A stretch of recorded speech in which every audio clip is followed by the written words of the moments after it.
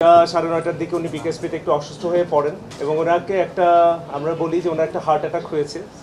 আমাদের প্রিয় তামিম ভাই যেন আবার আমাদের মাঝে সুস্থ হয়ে ফিরে আসে এবং আবার খেলাধুলায় জয়েন করে।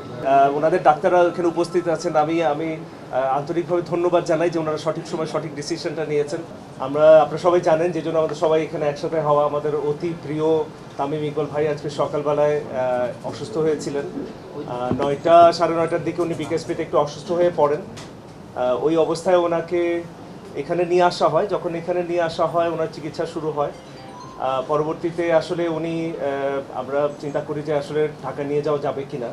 তো বিভিন্ন কারণে আসলে ঢাকা নিয়ে যাওয়া যায়নি, সেই ডিটেলস আসলে প্রয়োজনীয়। পরবর্তীতে ওনার অবস্থাটা বেশ ক্রিটিক্যাল হয়ে যায়। এই ক্রিটিক্যাল কন্ডিশনেই আমাদের কাছে আবার আসেন এবং ওনার ওই ক্রিটিক্যাল কন্ডিশন থেকে যতগুলো চিকিৎসা প্রয়োজন সব কিছু করা হয়েছে এবং আল্লাহর রহমতে যে কন্ডিশনটা আসলে অনুকূলে আছে এবং আমরা বলি যে ওনার একটা হার্ট অ্যাটাক হয়েছে। এইটার জন্য একটা এনজিওপ্লাস্টি এবং একটা স্টেন্ট করা হয়েছে। আল্লাহর রহমতে স্টেন্টিংটা খুব স্মুথলি অ্যান্ড এফিশিয়েন্টলি হয়েছে। আমাদের যে কার্ডিওলজিস্ট ডক্টর মারুফ ওনার এই একটা স্টেন্টিং করেছেন এবং ভেরি এফিশিয়েন্টলি, এবং ওনার এই ব্লকটা পুরোপুরি চলে গেছে এখন। বাট অবশ্যই আমরা যেমনটা বলছিলাম যে একটু ক্রিটিক্যাল কন্ডিশনে ছিল, স্টেন্টিংয়ের পরেও এখনও উনি অবজারভেশনে আছেন এবং ক্রিটিক্যাল কন্ডিশনে এখনও কাটেনি, একটু সময় লাগবে। আর আমরা সবাই ওনার জন্য প্রাণপণ চেষ্টা করছি এবং আপনারা সবাই দোয়া করবেন আমাদের প্রিয় তামিম ভাই যেন আবার আমাদের মাঝে সুস্থ হয়ে ফিরে আসে এবং আবার খেলাধুলায় জয়েন করে। আপনাদের সবাইকে ধন্যবাদ।